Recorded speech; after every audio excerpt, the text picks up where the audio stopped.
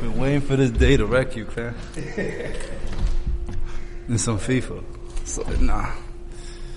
$100, man, like, no joke, bro. This has been a crazy year. Right. And, like, just good to see you. Yeah, just glad to get up, bro. Man, I'm proud of y'all. Like, I'd be really proud, like, just seeing just different things on y'all. Like I said, like, I told him, man, I said, I go many more places than y'all. Yeah. And y'all in places y'all don't even know y'all are, because I've never had so many people say to me, like, yeah, I've seen you on, the Young and Muslim podcast. Mm-hmm. Like, aside from like World Star, of course, but like other like stuff, like I've never had people like just like a constant like that interview. You know what I mean? That's like, crazy. That's crazy. I pushed it a lot too. You know, I was always posting like clips and stuff. I mean, so what you think it is outside of you pushing that? I mean, do you think it was just the content or just your audience? That's a credit to y'all. You guys are developing a fan base. I think you guys are doing a good job of interviewing the right people at the right times. Y'all interviewing different people from the Ummah. You know what I'm saying? Yeah, so, we don't stick into one sort of. I feel like, you know, when you do that, the good thing about it is you dragging all them different audiences over. True. So when you're interviewing so-and-so, like when I remember y'all had the doctor on during the pandemic. Oh, so yeah. she's going to bring 10 to 15 people that somebody else ain't going to bring. Facts. You know what I'm saying? So it's just, and then people end up liking other people, and it's like, yo, man, I like the last 3 people on here. Yeah. Oh, I like this guy too. I like this girl. Like, it's people I've learned about from y'all joints. But you know what I tell people? Because someone asked us recently, like, how do we pick guests? A lot of people think we do it off of numbers. But we don't do it off of no numbers. It's literally like, what is your relevancy within the young Muslim culture? And how do we feel like you should be positioned? So when we interview, Brother Bashir Muhammad, or Muhammad Bashir, right? He has no Instagram, no Facebook. He's a lawyer. But what he was talking about was how we need to protect ourselves. He was like a little chubby dude a little bit? Nah. I know who you're talking about, but not him. He used to be a constitutional lawyer. So he was putting us on game about what happens when you get arrested, how you need to react, all this stuff with like George Floyd, all that stuff. Yep. But when are you going to get to the point where you do journalism, where you challenge stuff like that? Like, how beneficial to the Ummah is somebody to have all that talent, all that knowledge he has, and don't have a Facebook, don't have an Instagram? Oh no, for sure. But we had to bring him on. How did we get this information from him? So we had to bring him on so people could at least say, okay, you bring the information to us, and now we can at least start to find them. Cause he has like Facebook. Asalaamu Alakum. Y'all think I can send somebody to open the door? It should be open. It ain't open? No, it's closed. Alright, we gonna send Eric. I think Nitty. Hey, Nit. He need like 5. Go let the imam and that sister in, bro. You lock the door behind you. Yo, but for those, I'm sure if y'all been tuning into the podcast for a while now, y'all know whose voice that we got. Y'all started? Yeah, we've been started. We started bro. We've been on for like 3 minutes. Nah, we might not throw all this in, but we wanted to get some of that behind the scenes. I ain't think y'all started because my man wasn't right there. Now we started all the cameras. The camera's been rolling for like 5 minutes. We Gucci. But we ain't gonna put all of it in. Pause. They definitely know who in the building now. Definitely know who's in the top Ak is in the building. The greatest hustler alive. We in Philistine right now. Oh, y'all for those that know, Philly, y'all is walking to Philistine. Right, they said the land. What is it called? The city of brotherly love. No, we call it Philistine, the land of Philly. Ain't no brotherly love. For some people, I gotta be honest. You know what I'm saying? But we working on that brotherly love because it should be here, but that's not a reflection of what's going on in the city right now. I'd be lying if I said it was, but. You know, love is love. Yeah, well, talking about brotherly love, one thing that I've seen you do during this pandemic, which, alhamdulillah, on top of everything else, has been amazing, but you just feeding people, I mean, doing food drives, clothes drives, and you're not even a non-profit, you know what I mean? And that's just astonishing because, like, people might do it during Ramadan, once a month, once a year. You was on it almost weekly. I mean, alhamdulillah, you know what I'm saying? What kind of pushed you to do that? 2 things. One, the way I was raised. You know, my Ummi, since I was a young child, she taught me that even you can give back even if you don't have a lot. And my mom always did like little gestures. For example, like my Ummi would like pack like an extra sandwich with my lunch when I was in, you know, elementary school. And she would say like, you know, if somebody don't have lunch, you know, share, you know, give them that extra sandwich and stuff like that. My Ummi house was also the house in the summertime where kids got like the free lunches at and like the snack and stuff like that. So it was like, I grew up seeing it. That's why it's so important what you show your children, because you see all these years later, this is something that's very natural for me. And to be perfectly honest, from a religious standpoint, we know the importance of good and bad deeds, right? Mm-hmm.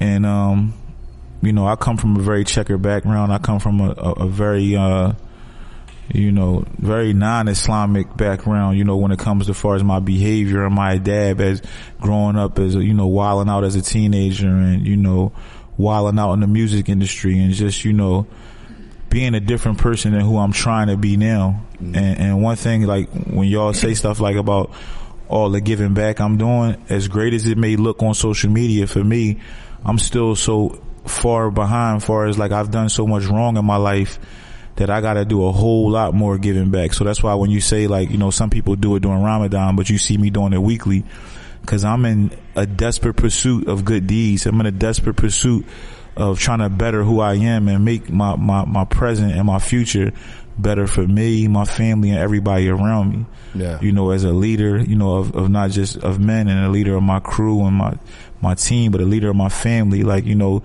all the good things my mother taught me, I want to be able to pass good things on to my children, inshallah, one day in a very far future, my grandchildren, inshallah, and just people that look up to me, my friends and people that follow me, you know. So that's important to me. But I don't want to, you know, pretend like I'm so holier than thou and I'm just this guy that's don't, you know, because a lot of people get caught up in that. We get caught up in our hype a lot, you know, and it could be whatever you want. It's like, just like if, so, you know, I tell people all the time, like I said in another interview, you know, maybe back then I wasn't as bad as some people thought I was, and maybe now I'm not as good as some people think I am. You know what I mean? I'm really yearning and living to please Allah, to please God. So it's like, somebody leaving a comment saying Donald Trump been giving back all year, he's such a great Muslim brother, and then somebody else could say, why are you showing yourself do charity? We supposed to be very discreet about it. So either way, people can find praise and criticism. The balance is being able to not get too up when people telling you how great you are, and not getting too down when somebody says something that's not positive. You know what I'm saying? So that's what I'm working on, you know, spiritually, mentally, and emotionally, because, you know, sometimes you could get caught up in your own hype.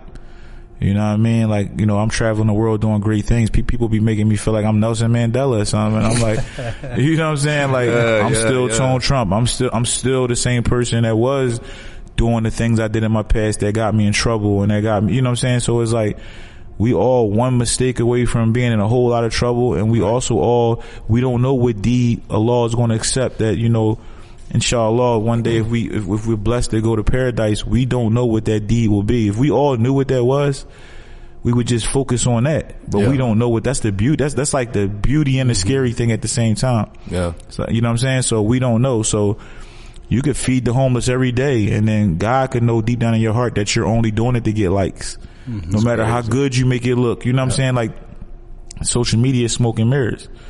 So it's like, sometimes I have to be careful, you know, and reconfirm my intentions, because you don't want it to become systematic. You don't want it to just be like, oh, we feed the people every Wednesday and Tuesday, or we doing this again this weekend. No, why are we doing this? You don't want to make it a commercial. That's right. You're just trying to make a show. That's right. Because one thing I will say is, you know, I don't know, I can't speak for everybody else, but like, I have never shown anybody that we feed or give clothes to. Like, that's one of the things I took pride in, because I was very anti, you know, seeing people put people on camera.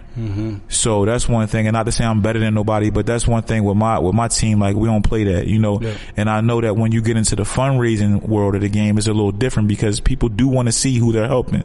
So when you got different, you know, when I'm working with different organizations, it's a little different than when I'm doing my neighborhood thing. You know what I mean? My neighborhood has a certain trust in me where they know when they give to me or something, like, because I didn't even take donations. And the reason why we only did donations is because people was like, yo, you can't be stingy with the blessings. You know what I mean? You got to let other people, you know what I'm saying? We was feeding people for a very long time. We was doing everything. It was all out of pocket. I still don't have a nonprofit. Trust me, you look at a lot of people that's doing a lot of this work, bro, this is a big business. Nonprofit is a big, profitable business. It's probably it's probably the biggest business in the world. So it's like, I ain't get in it for that. The proof is in the pudding. I could very easily, you know, legislate and do all those 501 this and all that, and make less fun foundation. It wasn't about that in the beginning, but I can't be stupid either, so I won't be fake. So as I learn more and educate myself more, but then it goes back to my intentions, because you could have all that stuff with the paperwork right and really still be doing it for the sake of Allah, because Allah knows everything. So no matter what we put or don't put on Instagram, ultimately God knows. So, well, that's interesting you say that, right? I'm gonna go off what you last said. Most of this year, for a good part of this year, you went silent. You weren't on Instagram, you weren't on anything. You were just like working. So from what I saw, and you know, us knowing each other off camera, it was like, yeah, I know what you're doing. You out here feeding people. You getting your kids right. Cause I know that was a big adjustment. You with your kids 24/7, you know what I'm saying? Right. Yeah, they got school. You gotta make a real adjustment. I'm the teacher. I'm a father / teacher / you know what I'm saying? Yeah, Exactly. principal, like, all in one. And my son made distinguished honor roll, which I was very proud of. Yeah, I never made honor roll. So I felt like kind of like I kept saying we, you know what I'm saying? Like we. So, you know what I'm saying? But like, I'm the Muslim down here. I'm so proud of my son, man. He made distinguished honor roll. So shout out to him. And, you know, he's got a great teacher. It gives me a better, trials give you better appreciation and make you more grateful. Cause like, you can't tell me nothing bad about a teacher no more. Like, I respect teachers so much, you know, dealing with this day to day. And so it's like, you know, that's something important. And I'll be honest, like when, you know, a lot of people noticed that I got quiet on social media because I was always so active. Yeah.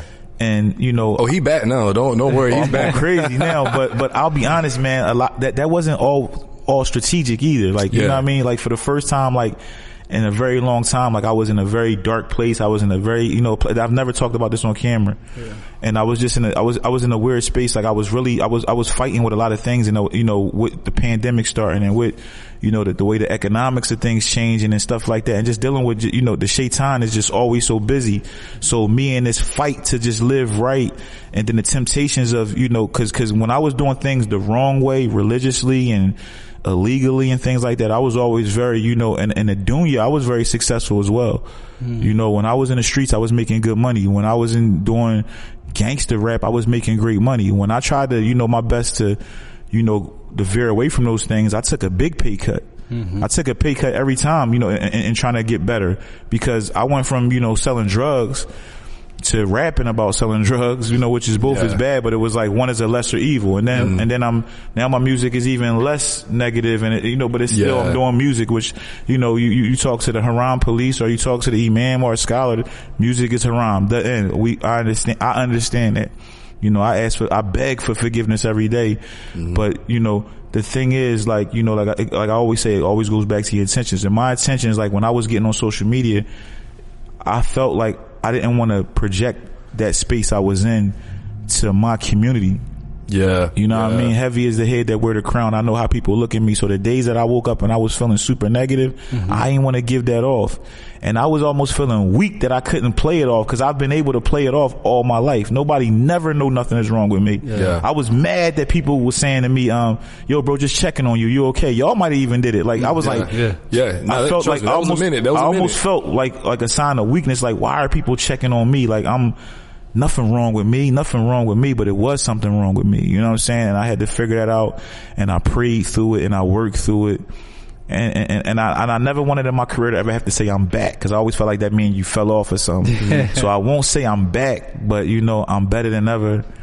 I'm prettier than ever. My skin is great. I lost 17 pounds. I'm in the best shape of my life. I'm glowing. And I also got to give a big shout out. I actually talked to my brother Kevin Gates this morning, and he's one of the people that helped me when I was in that space. I was, he FaceTimed me, like, right in the beginning of the pandemic. I was in the market one day, and, you know, everybody was racking up on all this stuff. And I was, like I said, I was in that space, and we had a conversation where it was like, it was a crazy wake up call for me.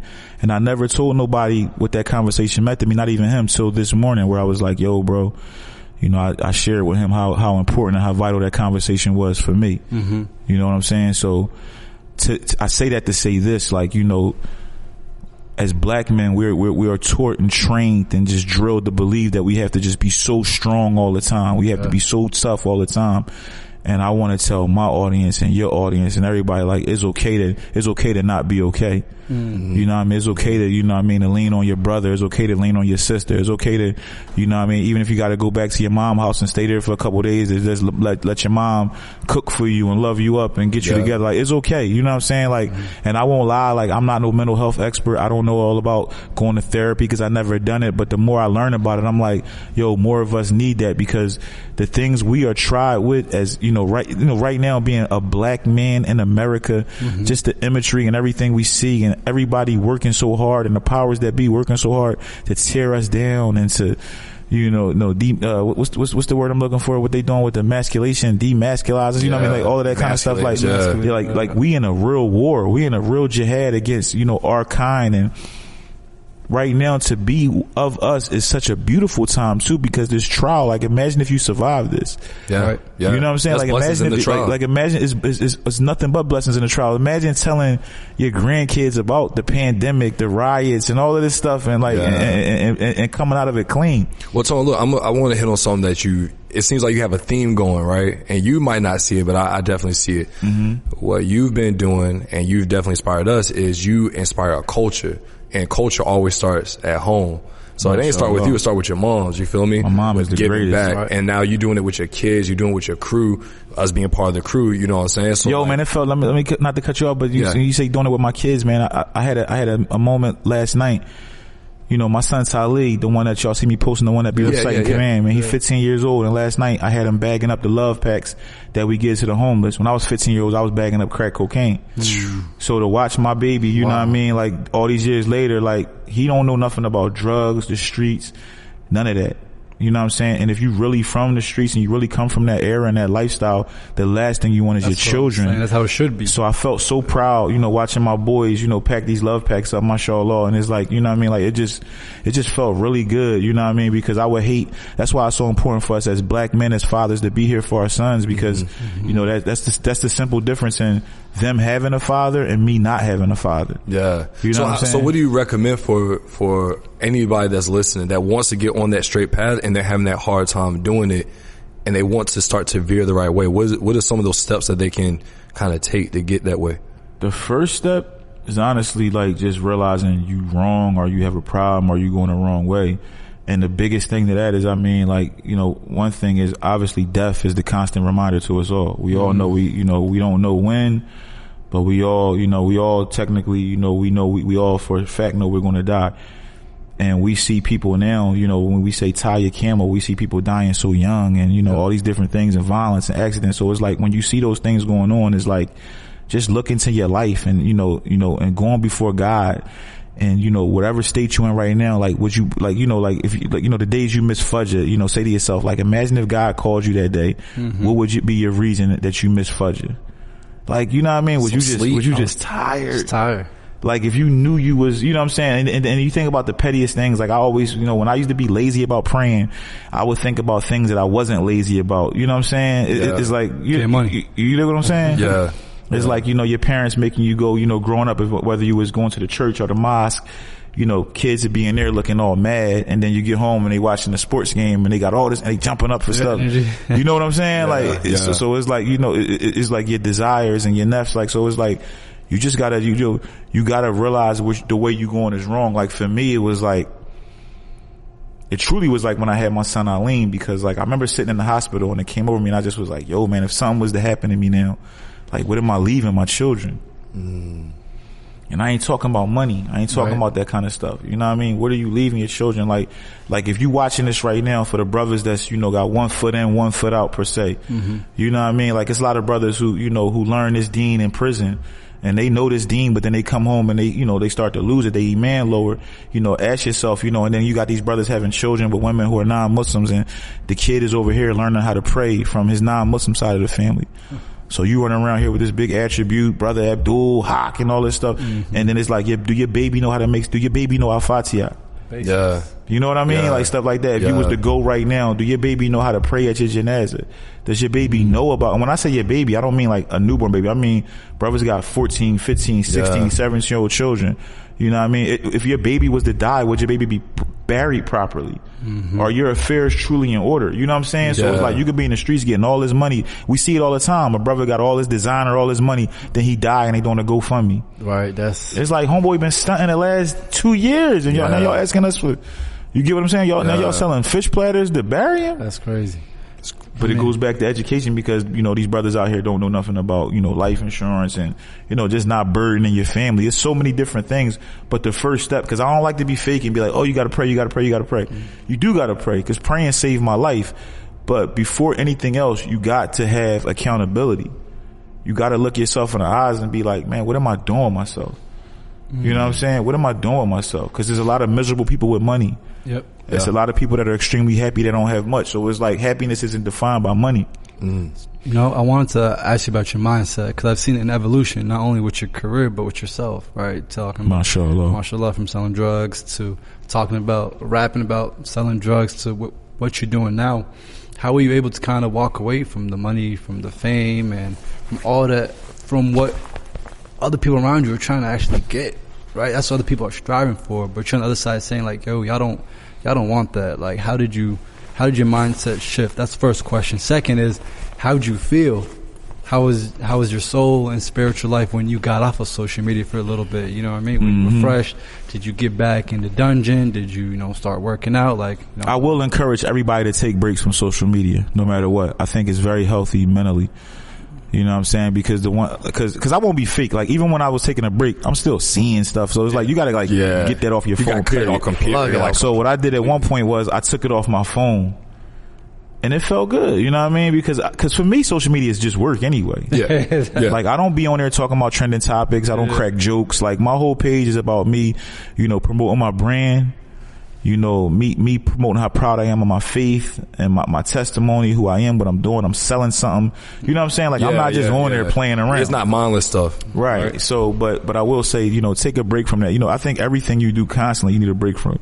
That programming is real, man. You ever be on your phone and you go on Google and look something up, and the next every ad you see has something to do with that? Like, that's a super mind crazy type thing. So it's like, we got to be careful with that. So it's good to unplug. It's like letting your phone cool off. It works better. You know what I'm saying? So let your brain, your body, everything cool off. And sometimes you got to challenge yourself. Because one thing I started doing is, I would see how quick I would go to like a Islamic app. You know what I mean? You go to Muslim Pro, you read a couple you know what I mean? And then you off it. And then you go on YouTube, you on YouTube for 3 hours, and you on Instagram.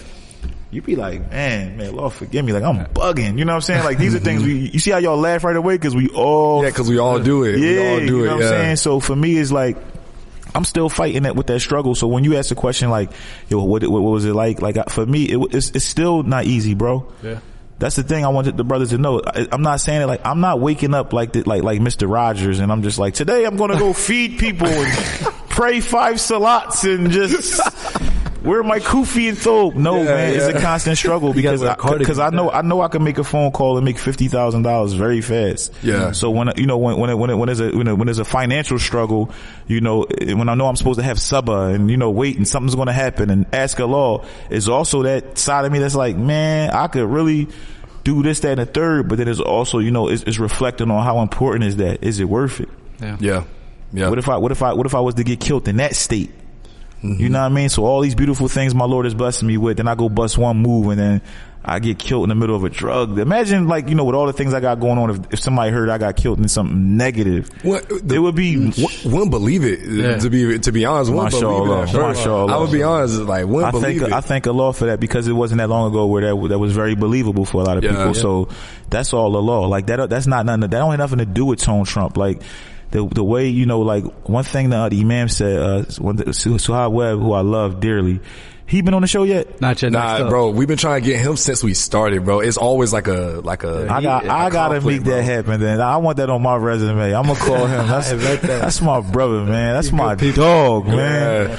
Like, that's my. You met him in person, right? Met him in person, man. That's my brother, man. I met him at one of his talks, and that's when we first got acquainted. And then after that, we were cool. But like, the time and I'm mad at both of y'all that he hasn't done this podcast yet. But I'm gonna talk some when I get off air. But He said something one day in one of his cookballs. He said, a lot of times as Muslims, we try to make people feel guilty about their gift, but it's what you do with your gift. And for me, it's like, when I took that break off of social media, I went on my page one day and I had hundreds of DMs saying, I miss your Fajr post. And I literally like no homo, like I literally like I had like a tear of joy, and I was like, yo, man. Because when I first got on Instagram, bro, I was posting guns. I remember being in LA in like 2012, like LA with the medical. It was my first time seeing just legal marijuana everywhere. So I've never deleted nothing off my Instagram. So if somebody was to be that bored and go to the beginning, you can almost see. You got a lot of posts. It's gonna take them a couple of days, man. You'd be surprised people do it. Cause sometimes I'll be online and somebody will, how in your mentions, they'll like a pic and it'll be from 300 weeks ago. And I'm like, how did you it'd be spooky. That's probably the FBI though. But, yeah, you know what I'm saying? Exactly right. But the thing is, like, when I think about that, like, you know what I mean, I don't take no personal pride in it, man. I take more gratification in the people around me. Because the people around me, I had so many sturdy people around me. And not just like the brothers y'all see me move with. You know, when you think of MDF and you think of Muslim Don family, like, which y'all a part of too, but like when y'all think of my brothers, that's one thing. But when I talk about, you know what I'm saying, like, you never hear me use the term baby mama. You know what I mean? You know, the women I have children with are royalty. They're queens. Like, the jobs they did with my children while I was in the dunya heavy is something I'm forever grateful for. My mother, I think, is the greatest mother in the world. My brothers, everybody y'all see me with, then did tons of time in jail and all that stuff like that. But guess what they all do? They all put a shield around me. Look at that. Yeah. Like a tent, you know what I'm saying? Like, my brothers, they won't allow it. You know what I'm saying? Like, they don't let nobody get in the car with nothing they not supposed to have when I'm in the car. You know what I'm saying? And stuff like that. And people, you know, I used to be so prideful about not having security. Then my family made me get armed security. Yeah. And my armed security is like my brother now. Shout to Big Jug and shout to Vinnie Mac, who y'all know. So, but it's like, you know what I mean? That foolish pride, you know, that pride, that's haram. You know what I mean? That macho stuff that, you know, I'm a real one and all that, you know. Be real to who you are. Be true to who you are, and fall in love with being perceived. Like, it's a time where I was offended. Yo, I used to be offended when people were saying stuff like, yo, you changed and you don't, like, it's like, it's like, I was weird. I was like, what you think, I'm getting soft or something? You know what I mean? It's almost like I want to prove that I didn't change too much. Like, I'm like next person saying, I'm still out here. Yeah, like, I gotta prove. And that's the most foolish thing in the world when I think about the things that I'm doing in my life now. Is like, we was misled, man. We was misled. The things that we thought was supposed to be cool weren't cool. That's it. The people we tease, you know, teasing the kids that was good. I mean, like, we tease people for being smart. Yeah. That's the dumbest thing ever. We tease people like, yo, like, you know, I remember, like, you know, like, they would give out, like, the perfect attendance award. And people like, yo, you ain't miss no days. Like, yo, we go every day. Like, yo, I remember that. Like, instead of being like, yo, you know how, you know what I'm saying? You know like, yo, good job, bro. That's remarkable. But that's a culture that we have to start pushing. That's a culture that we have to, like, even just celebrating our brothers. Like, you know what I'm saying? Like, people come to my Instagram and say, man, you show love to everybody. And I'm like, everybody should be doing that. Nah, you do. You dig what I'm saying? Like, you know, like, right. Even when we got on right now, we're like, who's this man? We're like, Tone already put my man on. It's like, that's my job. You know what I mean? I feel like that's one of my callings. So it's like when I'm connecting these brothers from the Ummah, because I'm one of the few people who I could be on the phone literally with an imam on my other line and ring from the prison. And then the next call is a Grammy winner. Then the next call is somebody from the block begging. The next call is somebody with some drama. Then the next call is a mufti. You know what I'm saying? Like, so like my life is not normal at all, but I'm so blessed and grateful to have it. Like, and I'm blessed that I realized certain things I even went through as growing up was all blessings to prepare me for this. Well, I used to think I was punished because we moved a lot. My mom had me at a young age. She wasn't married. So, you know, you struggle, you know what I mean? You put out, you gotta move. And when I used to think that was like a bad thing, when I grew up now, it taught me to adapt. It taught me how to talk in different communities. You know what I mean? I got a lot of friends that only can talk around us. Yeah. You know, I'm able to sit there with diplomats and governors and, you know what I mean? I'm able to do that with ease. And then still kick it on the visiting floor at the prison and talk to my brother in slang. You know, when I was just out of the country recently, I had said something to the sister, and she, in English, in slang though, and she literally looked at me and said, I didn't understand the words you just said. Yo, that's crazy. That's like, crazy. We have a whole nother dialect. We have a whole I'm like, yo, that joint was, wow, that's crazy how you chill. Yeah. You put that joint, I mean, she like, what?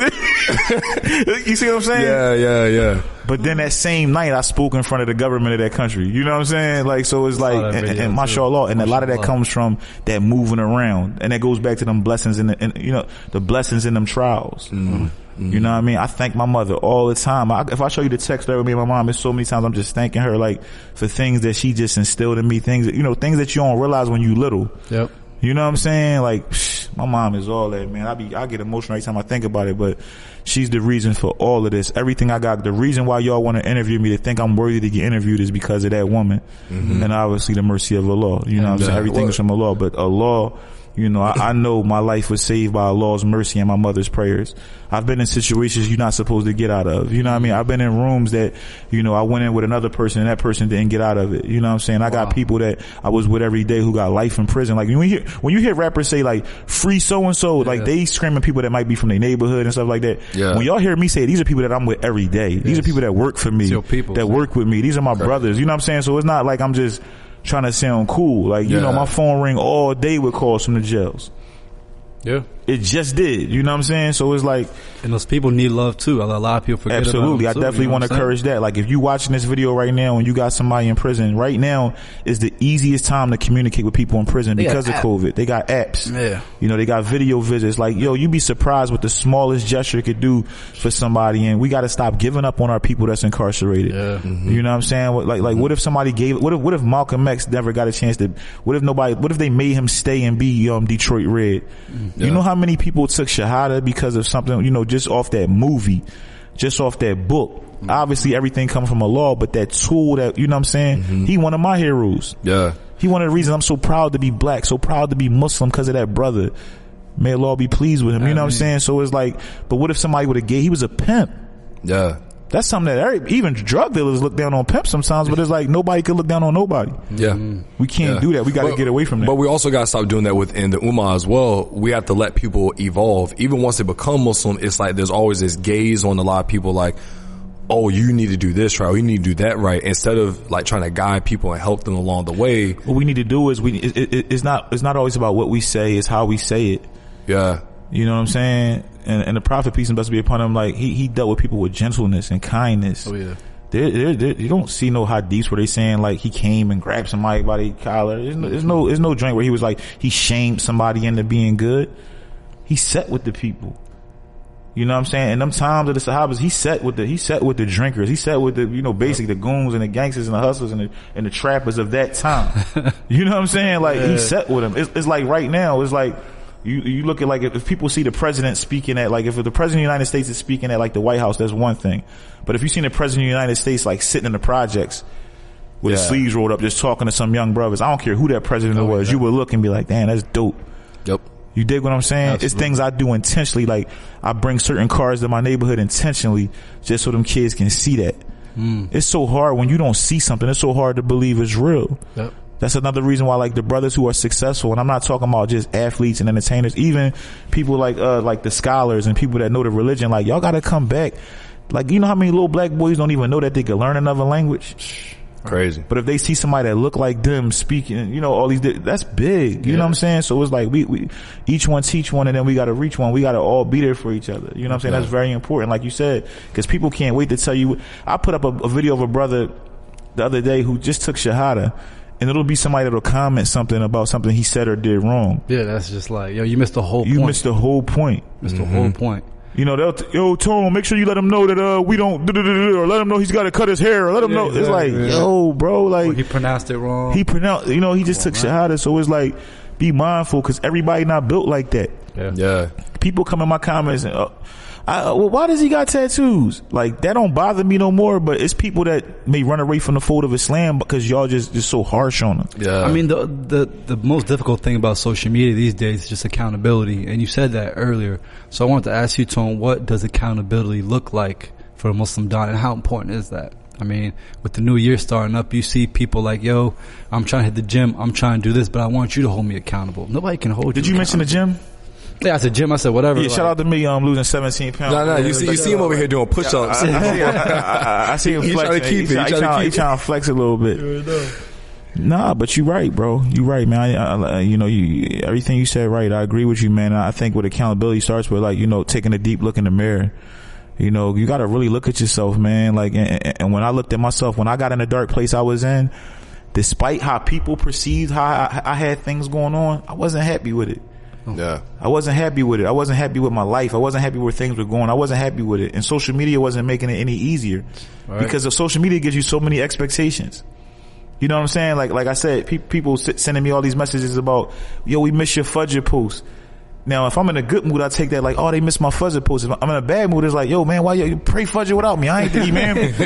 Why I gotta post about it? That's not no requirement. Y'all making it seem like it's my job now. You know what I'm saying? But you gotta humble yourself and be like, yo, that's a beautiful thing. Like, I'll give you a perfect example. One day I was on live, and brothers was getting on my live, and y'all know Tariq, the poet, Sorry, Yeah. So, talk about Touré, right? Yes. Okay, yeah. Shout out to him. Make sure y'all go get his book, man. Yeah. One for your brother, what you want for yourself. You know what I mean? 2 parts oxygen. Go and get that. Yeah, no, he's got the new one. Davis Dollar. Davis Dollar. Yeah. Shout out to my brother. I love you, bro. You owe me a check for this shout out, but I love you. Us too. But that's my brother. Please get him on the show, inshallah. But one day I was on live and it was jumping, man. We had a couple thousand on there, and people was coming on reciting Quran. I was on that live. You was on that live. I was on that live.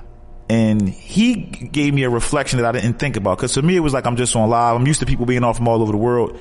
He said, bro, at a time right now where everybody's on Instagram trying to twerk and stuff like that, these brothers is fighting to get on your live to recite Quran. Right. And I had to think to myself, I just got chills repeating that, you know. And I was thinking to myself, like, damn, how far, you know, not how I've come, but how we've come, you know, all of my people, all of my team, you know, even me having a relationship with y'all is beautiful. Cause I look at y'all little brothers like y'all wholesome, you know what I mean? Like, y'all good brothers coming from far away. Like, y'all came down years ago, drove down to come celebrate Eid with me, you know what I mean? God. Like, y'all literally, like, y'all really, like, I love y'all little brothers, you know what I'm saying? And it was a time where, like, we was in two different worlds. Yep. You know what I'm saying? And I might have shunned y'all world. You know, like y'all was in college and school and stuff like that. But now when I look at y'all little brothers, I'm like, I envy that, man. You know what I mean? Y'all was doing it the right way. You see what I'm saying? The things that we was made to believe was so cool and wavy, and that's being a gangster. That stuff is whack, man. Prison is lonely. Prison is cold. Like, not one person calls my phone from jail and make it seem like it's cool. Wow. Not one of them. Not one of them. I know brothers that was millionaires in the streets and from selling drugs. You know what they say, bro? If I get another chance, I won't go near a drug. Wow. You know what I'm saying? Yeah. That's why you see them brothers go to prison and people say, man, why people go to prison and become Muslim and all that? Because, man, when you at your lowest point, you know what I'm saying, and you put your head to that floor and then you start seeing the mercy and the will of Allah even in your darkest moments. Yeah. That's the most time you really blessed. Think about it, because when you doing really, really good, you don't thank God the same. It's like Jonah in the well. You don't pray the same. Because I know, even me, like, yo, when I really, like, you know, when I'm trying to get something. Yeah. Oh, you, whew. But it's like Jonah in the well. When he in the belly of the beast, you in the lowest, deepest, literally the lowest, darkest part of the sea. And all you can do is pray and beg Allah to save you. And so, like, this pandemic has shown all of us, like, you can't ask your mama, your daddy, whoever. Like, only Allah can get you out of either a mindset or a financial issue. Allahu Akbar. Like, it's only God, bro. Only God. But and then building that relationship with him, like, I want everybody to take advantage of it. Like, actually, one of my imams is actually here right now. Hamid Sharif, and he gave me a good one in the beginning of the pandemic. He was talking about, like, the blessing of the quarantine and the pandemic, and that was a good thing for my mindset, because, you know, I'm somebody who makes some money on the road. Yeah. I make a good living, bro. I just signed. Oh man, listen to this. SubhanAllah. I just signed. I had you know about it. Y'all was a part of it too. Y'all was gonna be on the first day. Yeah. I was about to do the tour for all the black colleges. Oh, for real. You know what I'm saying? Because I was doing DC with y'all. Y'all was y'all hosting it or something like that? Yeah. So y'all was doing Howard with me, but I was about to, so imagine I got the deposit for all of those schools. Wow. And then you got to get that money back. You know, I was running through that money. You know what I'm saying? I wasn't buying Bitcoins with that money. You know what I'm saying? Like, I was running around, you know, because we didn't see this coming. Yeah. And actually, you know why we didn't see it coming? Because we didn't do what? As Muslims, what we supposed to do is obligatory to seek beneficial knowledge. So when they was all talking about this stuff coming, we was playing around. Yeah. We was playing around because some people was really prepared for it. Yeah. We weren't, you know what I mean? We was, man, that's just another thing on Instagram, slide, whatever, you know what I mean? And then it hit, and then it was like, yo, you can't go nowhere. And we saw how valueless paper money was, and all, like, the world was just changed. They closed the masjids. Yeah. Think about, yo, I seen people that I'd never even seen in the mosque, like, yo, I missed the masjid. Yeah. I'm hitting imams up, yo, man, y'all open. Nah, it's like crazy, ain't it? You know, so where I'm from, we don't really have a lot of masjids. So when I moved, when we met, I had moved, and so I got used to going to the masjid. Even I spent my first Ramadan in a masjid. Like, it was different. You feel me? Right. And so someone asked me, like, what's one thing you're surprised that you missed? I was like, I'm surprised I missed the masjid. Cause I never grew up, like, you know, go to community center or something like that. You know what I'm saying? So, like, now I'm like, man, I wish I could just go in the Musalla and it's empty. Like, can't do it. So you never know what you got, so it's going. It's things we take for granted, and we shouldn't. Yeah. And sometimes we don't understand, because Allah promises if you're grateful, I'll give you more. And sometimes we don't realize how ungrateful we are, because ungrateful don't just mean like you got an attitude about it. You know, it's things you take for granted. You know what I'm saying? Like when I leave the country, like just like a great shower. Like, you know what I'm saying? Like, until a beautiful hot shower. You know what I mean? That's something that you just feel like, you know, I got a house, I got an apartment. It's supposed to be hot. No, it's people that don't have hot water. Damn. It's people that don't have people don't have clean water. You know, I shot a movie in Flint. You know what's going on in Flint with their water. That's something that we take for granted. You know, I remember being in Flint and turning on the sink and the water coming out. And I'm like, damn, this shit real out here. You know what I mean? Wow. Like, it's brown. Yeah, it was brown. It was brown. Wow. Like, I seen that firsthand, you know what I'm saying? I was staying at a very nice hotel. It wasn't like I was at no, you know, I was at one of the night, and then I started reading stuff. It was like, yo, out there is like, if it ain't got like something on the bottle, like the closed on the bottle, you don't drink it. Wow. That's something that you see in third world countries. That's We talking about an hour from Detroit, Metro City, you know what I'm saying? Crazy. Wow. So I noticed the biggest change, and this being 100% real, after you went to Ummrah.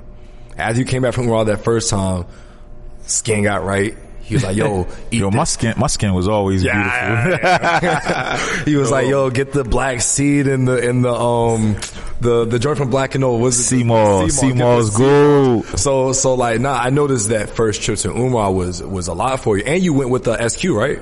Yeah, well, he went with me. Yeah. I'm the big Don. Got you. We went with a beautiful group, man. We went with a beautiful group. That was the first time, right? Yes, mashallah. How was that experience, right? And that was your first time going to Ummrah.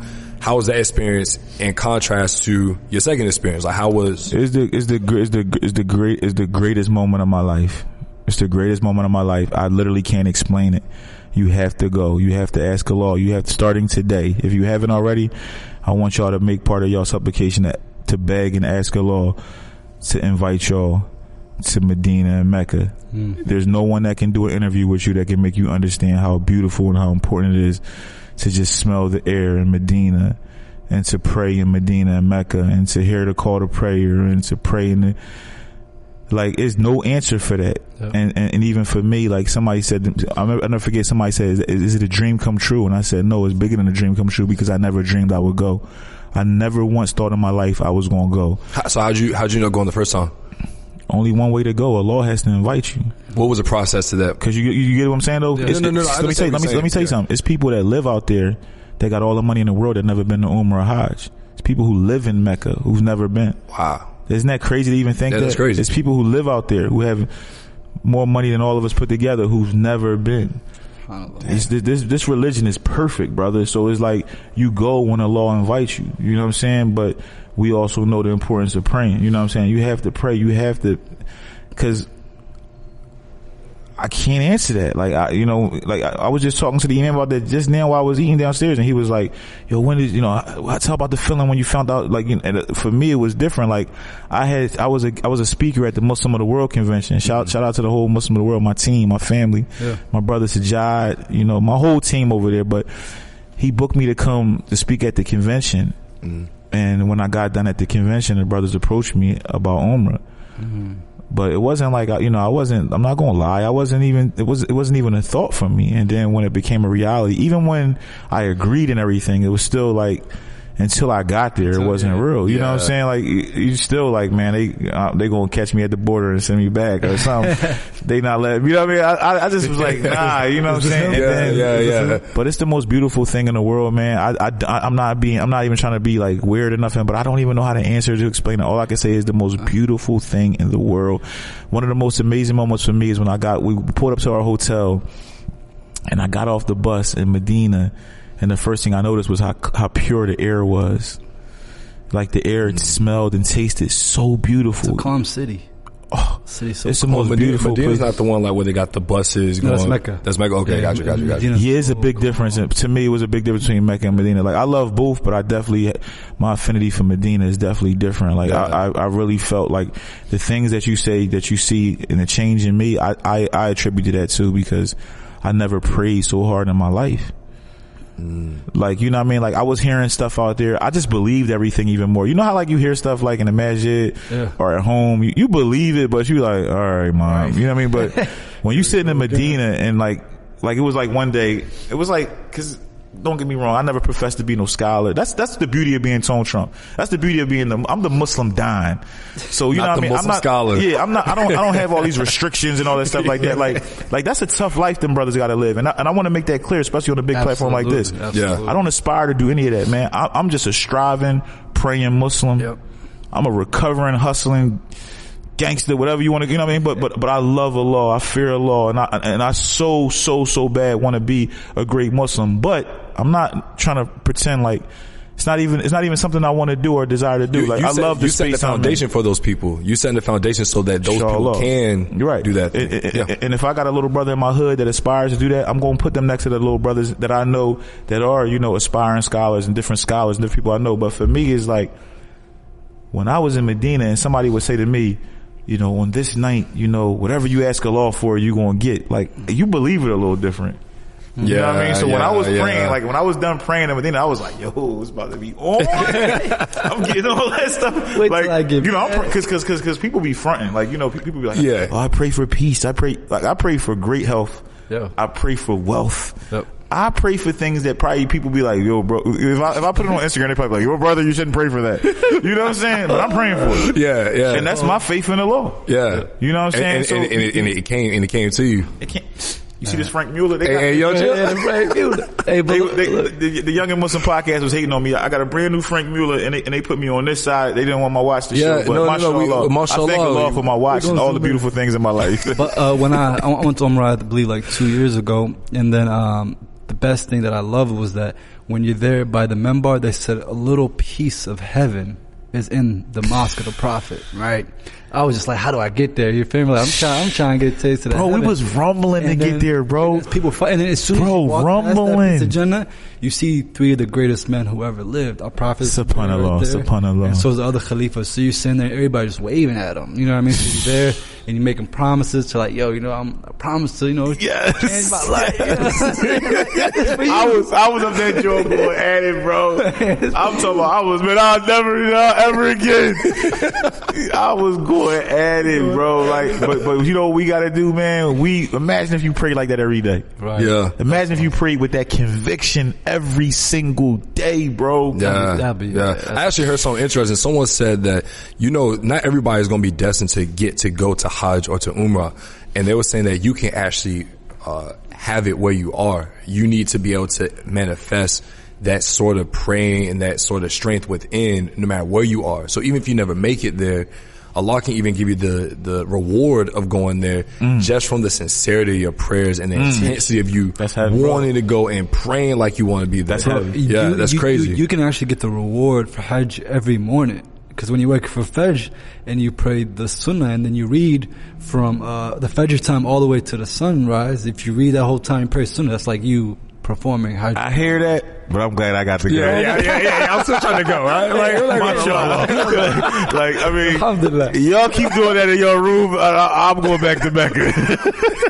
Inshallah. You know, and I pray Allah blesses everybody watching this, everybody listening to this. I pray that they all get invited, man. I pray that for everybody, because one thing I will say, man, when I was out there, I ain't see nobody that looked like me. I ain't see nobody that dressed like me. I didn't see people that look like they came from my world or my lifestyle. Yeah. And I pray that I go one day and I do see that. You know what I'm saying? Because that would be beautiful, man. Like, you know, like, because people was out there looking at me like I was an alien. You know what I mean? Like, you know, I walk in certain places, like, they never seen nobody with tattoos on their face and hands. So, like, I had to deal with that. And that's something that used to upset me in America, but I embraced it out there. Like, I was just such in a happy space, nothing upset. Like, out here, like, if I'm in, like, let's say, like, down south somewhere and I walk in the masjid and I see somebody looking at my tattoos, I get so defensive. Mm-hmm. Yeah. Out there, I was just so loving and just, I was like, you just can't, it's impossible to even be on some type of, like, that type of time. You know what I'm saying? But imagine taking that mindset, like I said about the praying thing, not just, you know, the reminder benefits the believer, and my mouth is closer to my ears than y'all, so I'm reminding myself as well. I'm not like preaching to y'all brothers, I'm telling myself as well. Imagine if we all just prayed with that conviction and was as grateful and as nice. Like, you know what I mean? I remember walking one day and not wanting to spit on the ground. You You know what I'm saying? Like I literally went to go, so I was like, oh no, I ain't spit on the ground. You know what I mean? And that's not no rule or nothing, but it's just, you feel like it's so beautiful and sacred that I didn't even want to spit in the ground. Yeah. Fast forward, I get back to America, you know, I'm out the airport, I'm throwing stuff out the window. You know what I mean? Eat something. It's like, damn, that quick. But imagine if I kept that mind state. Imagine if I treated everywhere like Medina. Because that's what we really supposed to do. Yeah. We get confused in this dunya. We get distracted with the Instagram and stuff like that. All of that stuff is a mind. I'm trying not to curse on the Young and Muslim podcast, but you know, for those listening, this is like a mind F. You know what I'm saying? So it's like something that they do to make you think all these different things and to have your mind. And it's a reason why these things are like this. You know what I mean? It's no accident when you log on and then you just see like 10 half-naked women in a row. You're like, I don't even follow these people. Like, what is going on? Right. They talking about these are suggested people you should follow. You know, you'd be like, I've been on Mufti Mink page all day. Why are they suggesting this to me? Like, you know, what's going on here? You know what I'm saying? You know what I mean?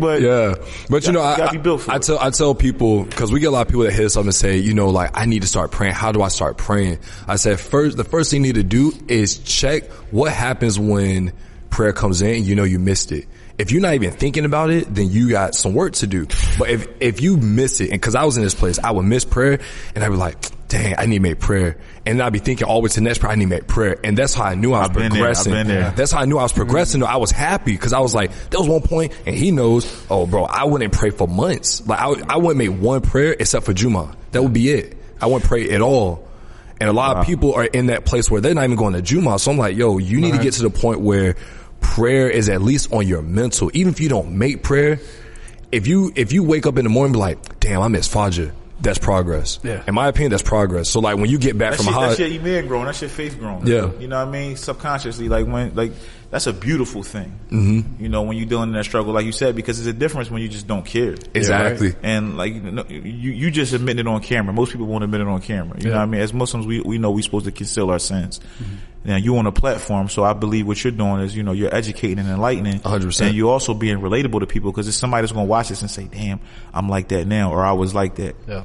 You know what I'm saying? Mm-hmm. So that's a beautiful thing. But that struggle is real. And the main thing with that is, to me, is like, it just goes back to, like I said, like, if you believe everything that your word is telling you, whether you're Muslim, Christian, Jewish, whatever you are, if you believe it, you have to know the power and the importance of prayer. Like, you just have to. So it's like, for me, praying saved my life.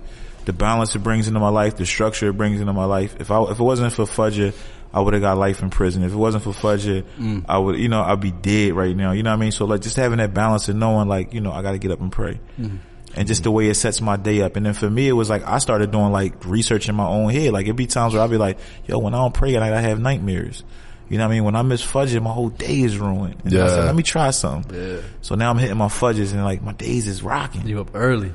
I'm equating that to that prayer. You know what I'm saying? Like, some people think they just so great. You know what I mean? No, it's just me. It's just me. Crushed it today. You know what I mean? You know, I'm full of myself, and I think I'm the greatest thing ever. But you know, but I don't play around with Allah. Yeah. I know that all my success is from Allah. You know what I mean? I know all my trials come from Allah. That's why I try to embrace them too.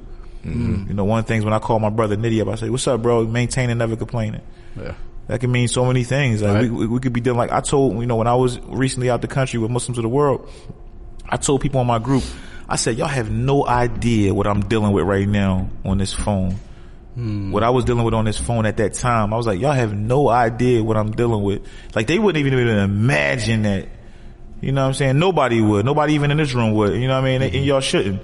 And I'm like, I had to look at that and deal with the time difference and deal with having to get on camera and perform and be enlightening and be me, be Tone Trump, you know what I'm saying? Action, you know what I mean? Where, you know, and it's tough sometimes, but guess what? You gotta do it. You gotta do it. Consistency. You know what I'm saying? And you gotta embrace those prayers. Mm-hmm. You shouldn't be praying. You shouldn't feel like, oh man, I gotta pray again. If you equating those prayers to your success and your growth and the great things going on in your life, you should be like, man, I need to pray again. I need more. Give me more. I need more. That's crazy because you are right. When I started praying, it seems like my life started getting a lot better. A lot better. I seen the difference in you, bro. Yeah. It's no hair. So you wasn't, you know, you was at the fight with me sitting ringside. You wasn't sitting ringside when you wasn't praying. Oh, no, look, and I can't go back. I can't go back, bro. I told Nitty. I took you to the promised land now. He was ringside. He was on TV and everything. Yeah, I told Nitty, I was like, I ain't going back, bro. I go back to the nosebleed. I ain't going back up there, bro. It's tough, man. Listen, you know, it's like eating food, right? It's like that steak your mom used to get from the market was really, really good until you go to a real steakhouse, right?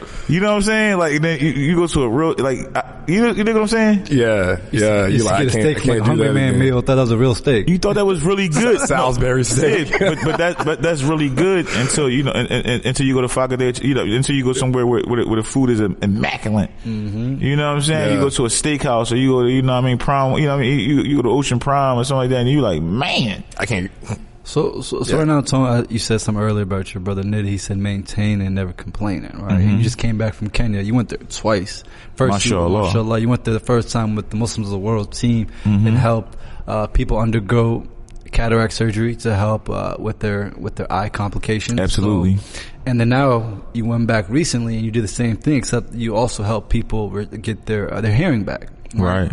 How are those people living? I mean, they're missing the basic necessities that we overlook.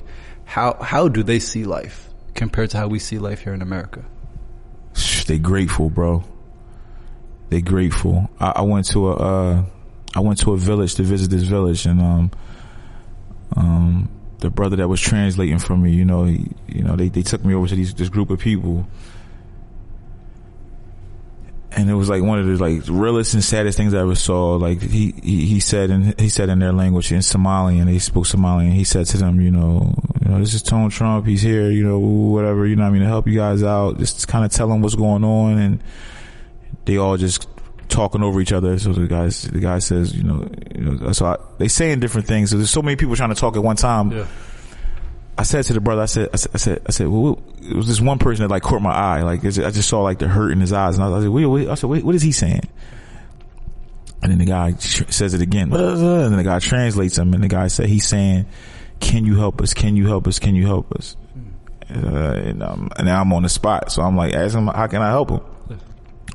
He says it, and the guy says, we need a hospital. We need some type of medical thing here. People get sick and they just die. Wow. Mothers get sick and they die. Babies get sick and they die.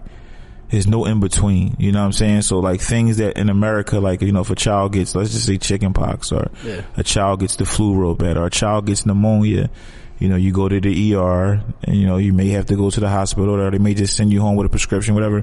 But out there, they just die. Mm.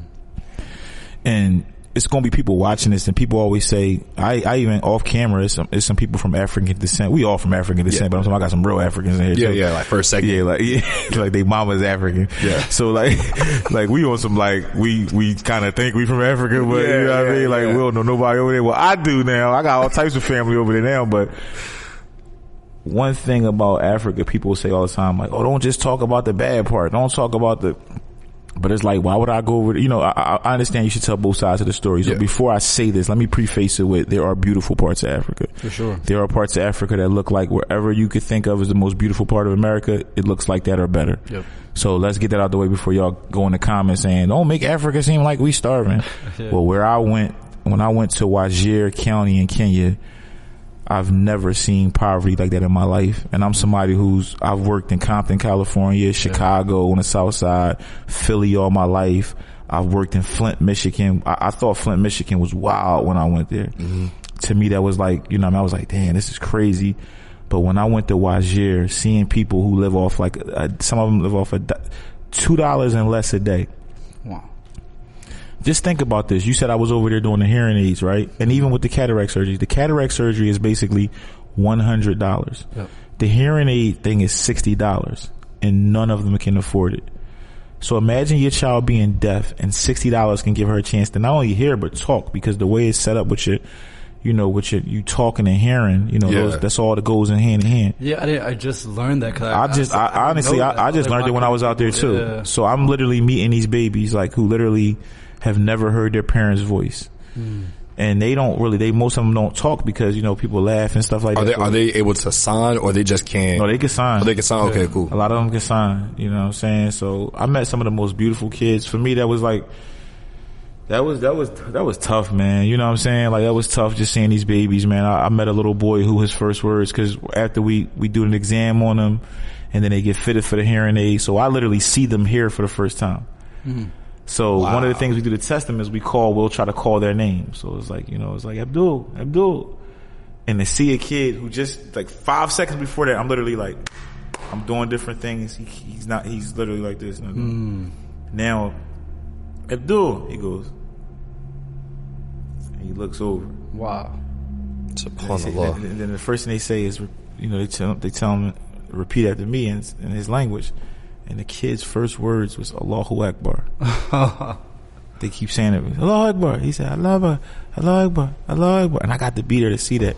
Same thing with the vision thing, man. I met a sister in February named Sister Soraya. She was so beautiful, bro. And me and her had a close connection. She had like a grandmother vibe. Mm-hmm. And the whole day before, she was blind. She couldn't see me, but, and she was so beautiful and strong. I'll never forget. Like one of the last things she said to me, they translating again, and he said, she said, I get my surgery tomorrow. She said, if it goes good, alhamdulillah. And if it doesn't go good, alhamdulillah. Man. And she meant it, bro.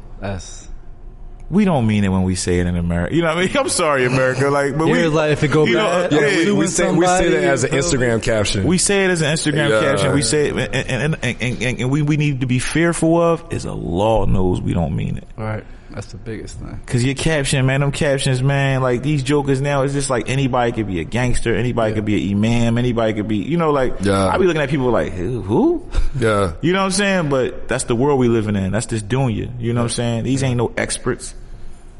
That's why it's so much madness right now. One of the things the imam told me about with the COVID thing, at times like this, we prescribe to listen to the experts. We don't even know who the experts are. Right. We living in a world where the president is saying that the guy who's supposed to be the expert, don't listen to him. Dr. Fauci, yeah. That's his man. That's. But yeah, man, that's crazy, man.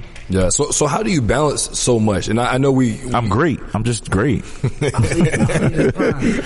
like I'm serious. Like, you got your kids at home, you working, you're traveling, you know what I'm saying? And you're doing a lot of this stuff for your team as well, all during the pandemic. And I know, aside from prayer, what support system do you have within your circle that you really lean on to help you get through, a lot of the work? Well, one of the keys is, man, like, you got to be around good people. You got to, being around a believer strengthens your faith. You know what I'm saying? So it's like, if you trying to do some great things, man, it's good to be around great people that got great intentions for you. You know what I'm saying? So it's like, a lot of times I get a lot of the credit for things because I'm the quote unquote leader, but I got some great people around me that do so many different great things. You know what I'm saying? Like, even when you say like, yo, you're a father, I'm a great father, but they got great mothers too. You dig what I'm saying? So, and that plays a big part. And that's why you young brothers out there, you got to be very mindful who you laying down with. We got to start going to talk to these young brothers and being real with them. Cause brothers making so many mistakes. That's why, the divorce rates in the Ummah is so high. You know what I'm saying? The divorce rate with Muslims is higher than it is with non-Muslims. Wow. You dig what I'm saying? Like, people we have to do better. We have to, things have to be more respected and more precious, and we just got to be more wise. People having babies with strangers, don't even know the people. That's why they don't know their children. Yeah. You know what I'm saying? You can't even see the other things, how your child gonna be. You got to know that if you have a child with somebody, they're gonna have traits of that other person too. So if somebody leaves and says, "Oh, that nigga crazy," yeah. So what's your baby? You know what I'm saying? He's a bum. Your baby got some of that in him. You know what I mean? Like, whatever. Yeah. She this, she that. Your baby, and then your kids hearing that stuff too. Yeah. I don't care what I feel. I will never say a bad word about the mother of my children. Not in front of my children.